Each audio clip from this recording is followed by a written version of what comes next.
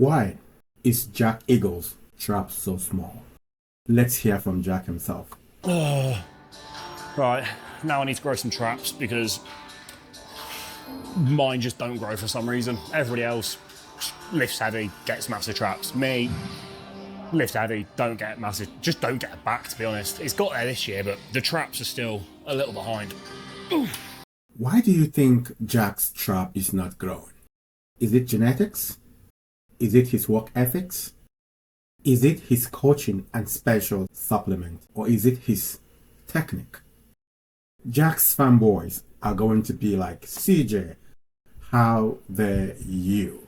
Yeah, CJ, how dare you? Of course, I'm also a fanboy. But let's take a closer look at his technique.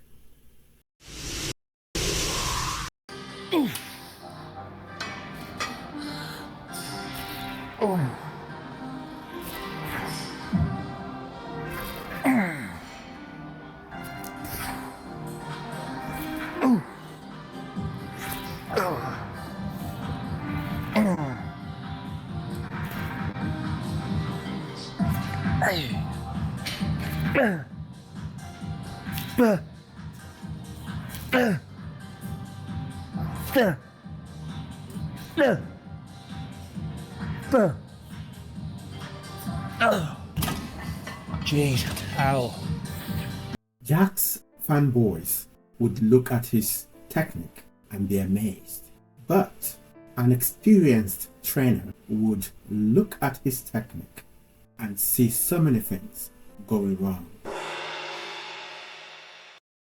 Let's take a closer look at Jack's machine shrug technique and review three key areas: the liftoff, his bracing, and his overall execution. We will review common mistakes with machine shrugs and try to fix Jack's technique, including his back day training issues. You're welcome, Jack. At first glance, the liftoff looks great, but when you look closer, things begin to unravel. Let's see the liftoff again. Now, slowly.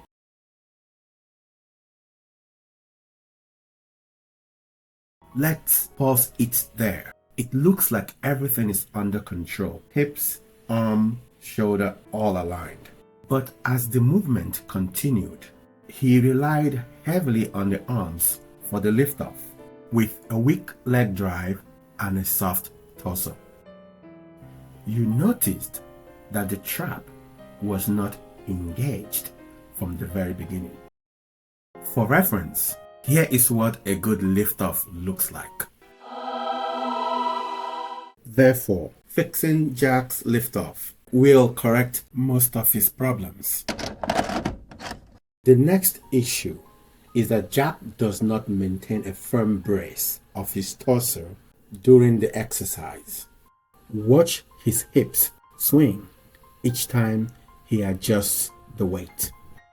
Maintaining a proper brace during and after liftoff is very crucial for optimal execution of trap exercise because it facilitates smooth and controlled glide of the scapular over a rigid thoracic wall.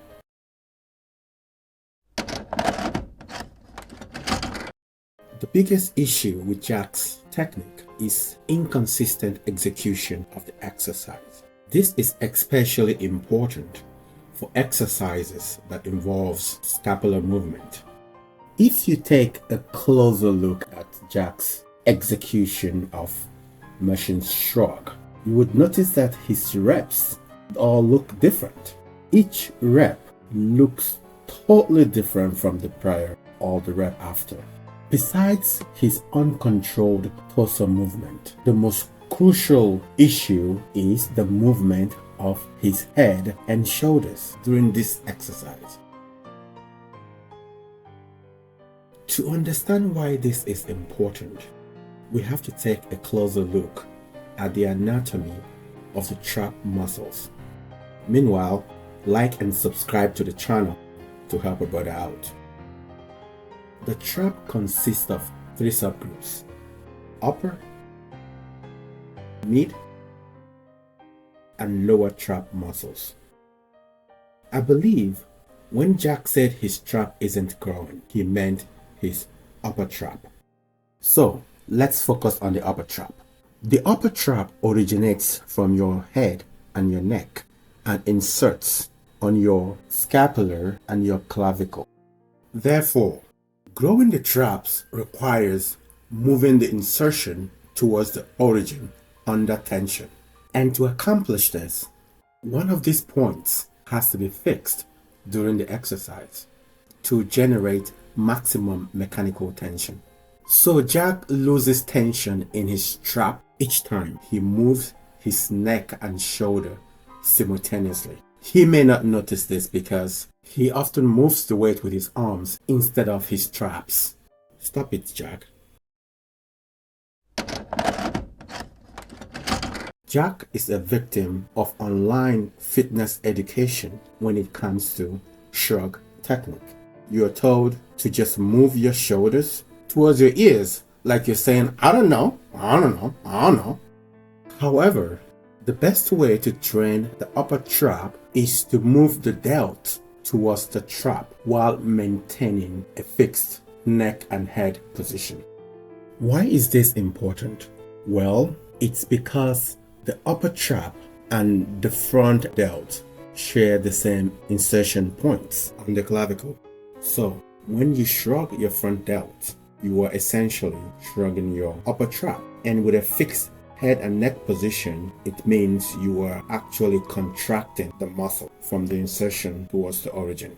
You truly don't need to shrug your trap to your ears as recommended by the internet. You can shrug higher only if your muscle has gone through adaptation and has gotten stronger, and you can control the weight with proper technique and execution while maintaining tension in the muscle throughout the movement.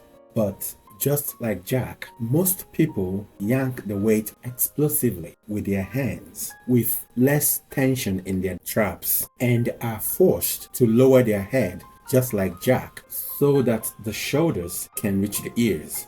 This behavior often results in the second most common mistake, which is ego lifting. You're told you need to lift heavy to grow your traps. While this is true, you still need to lift with a good technique to grow an ecstatic trap. Okay, how do we fix Jack's machine shrug technique? Let's start with the liftoff. Jack starts his liftoff by moving the knees to generate momentum to pull with his hands. He should stop this because this is a weak position for machine shrug.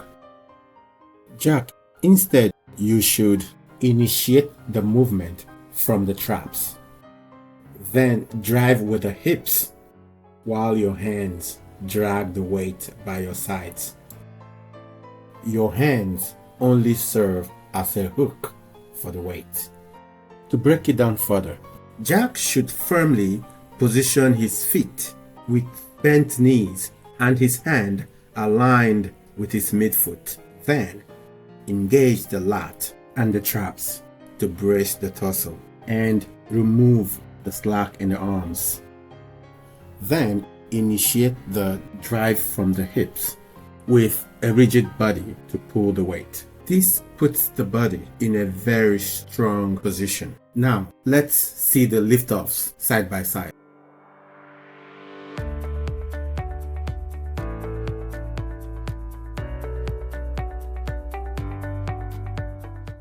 A solid liftoff would fix your shrug issues. After this, all you need is just to shrug your delts. So Jack, take the cues and fix your liftoff.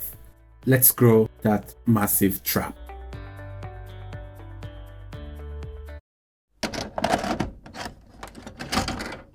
Remember when Jack said this? Everybody else lifts heavy, gets massive traps. Me, lift heavy, don't get massive, just don't get a back, to be honest. It's got there this year, but... Jackie boy, what's going on with the back? Let's take a look.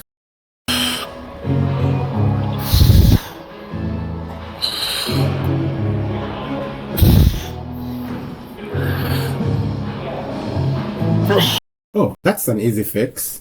It looks like Jack is pulling with his arm instead of his lat. This is a very common back day problem. Let's break it down and pay close attention to the forearm. As you can see, he started to pull with his arm and kept the tension in the arm throughout the movement in the first rep. You might say, CJ, how do you know the tension is not in his lat? Let's look at it again.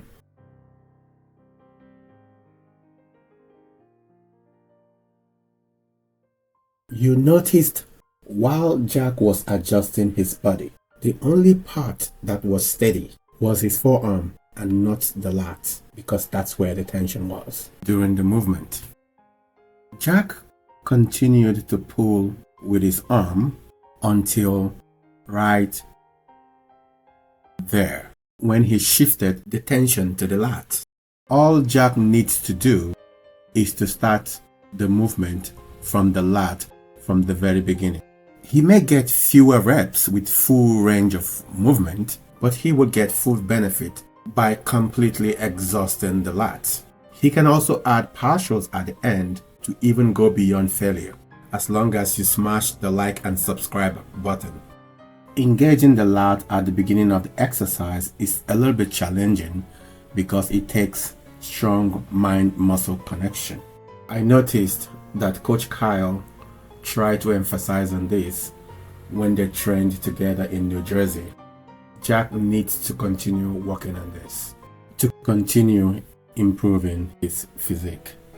Jack is a talented bodybuilder with a great potential as a classic physique competitor, and I am a big fan of his physique and hope to see him on the Olympia stage, maybe this year. Hopefully this video has some tips that would help him accomplish this goal. Also try it in your own training and watch Jack's video.